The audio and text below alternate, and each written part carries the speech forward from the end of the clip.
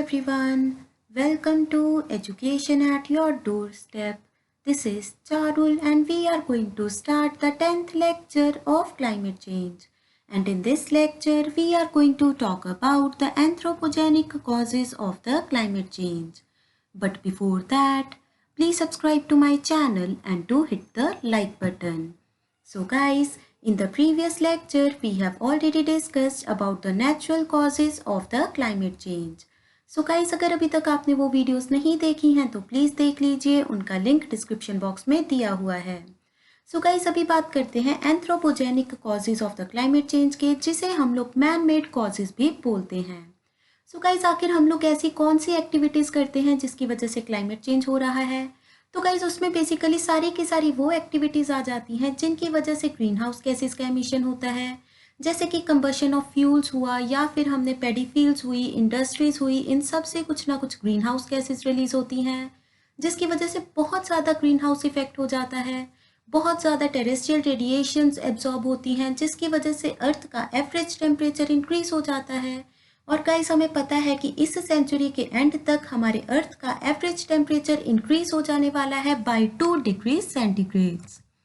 सो guys, अभी बात करते हैं कौन कौन सी एक्टिविटीज़ के कारण ग्रीन हाउस गैसेस एमिट होती हैं जिसकी वजह से हो रहा है क्लाइमेट चेंज। तो गाइस, उसमें आते हैं कंबशन ऑफ फ्यूल्स, व्हीकल्स आते हैं, इंडस्ट्रीज आती हैं, पैडी फील्ड्स आते हैं, रेफ्रिजरेटर्स, एयर कंडीशनर्स आते हैं, जो भी बेसिकली कूलेंट्स का काम करते हैं।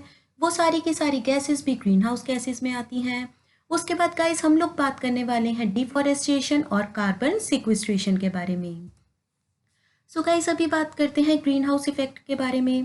तो गाइस, इसके बारे में हम लोग ऑलरेडी बहुत ज़्यादा बात कर चुके हैं कि बहुत ज़्यादा ग्रीन हाउस गैसेस होती हैं, जैसे कि carbon dioxide, methane, sulphur dioxide, oxides of nitrogen, hydrofluorocarbons, perfluorocarbons and the water vapours, which are basically the green house gases, जो कि सोलर रेडिएशंस को हमारे अर्थ के सरफेस तक आने देती हैं, लेकिन टेरेस्ट्रियल रेडिएशंस को अर्थ से बाहर नहीं जाने देती, जिसकी वजह से होता क्या है कि जो अर्थ का एवरेज टेम्परेचर है वो बहुत ज़्यादा इंक्रीज हो जाता है। सो गाइस, होगा क्या, जितनी ज़्यादा ग्रीन हाउस गैसेज हमारे एटमॉस्फेयर में प्रेजेंट होंगी, उतना ही हमारी अर्थ का एवरेज टेम्परेचर इंक्रीज हो जाने वाला है।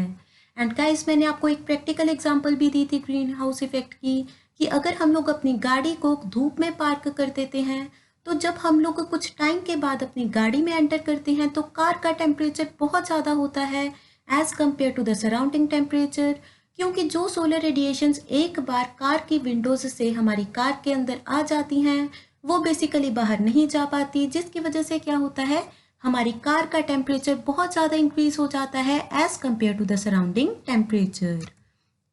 सो गाइस, उसके बाद बात करते हैं कंबशन ऑफ द फ्यूल्स के बारे में। सो गाइस, जो कोल होता है, पेट्रोलियम होता है, जब इनकी बर्निंग की जाती है, जिसे बेसिकली कंबशन कहा जाता है, तो उस दौरान बहुत डिफरेंट गैसेस रिलीज होती हैं।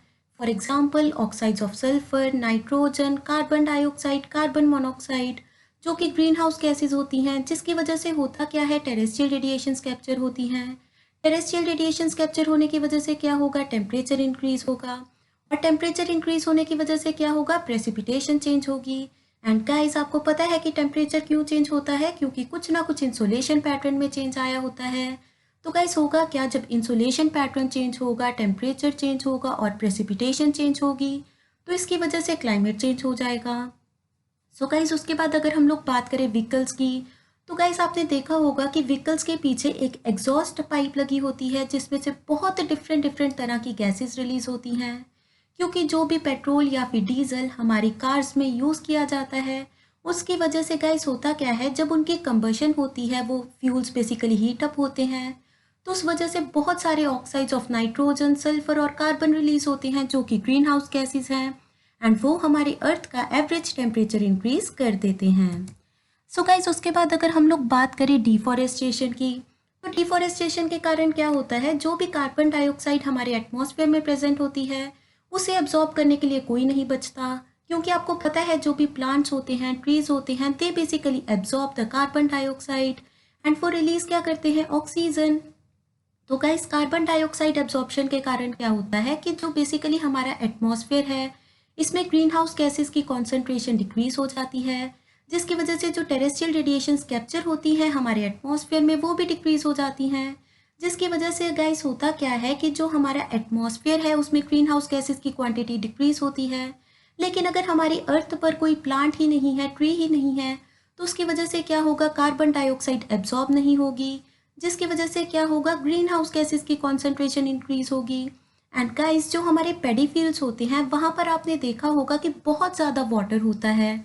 मतलब क्या होता है, जब भी हम लोग राइस ग्रो करते हैं तो उसकी वजह से हमारे एटमॉस्फेयर में मीथेन रिलीज होती है। एंड गाइस जो हमारा ट्रॉपिकल रीजन है जहाँ पर भी पैडी फील्ड्स प्रेजेंट हैं, वहाँ पर जो मीथेन रिलीज होती है that is basically the green house gas. And guys you will be very amazed to know कि अगर हमारी 1 ton of CO2 1 degree centigrade temperature increase करती है, तो जो हमारी मीथेन होती है ये बहुत ज़्यादा टेम्परेचर इंक्रीज कर देती है as compare to the carbon dioxide. So guys उसके बाद बात करते हैं कि जो भी हमारी इंडस्ट्रीज़ होती हैं उनमें से भी बहुत डिफरेंट तरह की गैसेस रिलीज़ होती हैं जो कि ग्रीन हाउस गैसेस होती हैं। एंड जो हमारे एयर कंडीशनर्स होते हैं, रेफ्रिजरेटर्स होते हैं, इनमें जो भी कूलेंट्स यूज़ किए जाते हैं, फॉर एग्जांपल हाइड्रोफ्लोरोकार्बन्स या फिर परफ्लोरोकार्बन्स, वो बेसिकली क्या होते हैं गाइस, वो भी एक तरह की ग्रीन हाउस गैसेस होती हैं।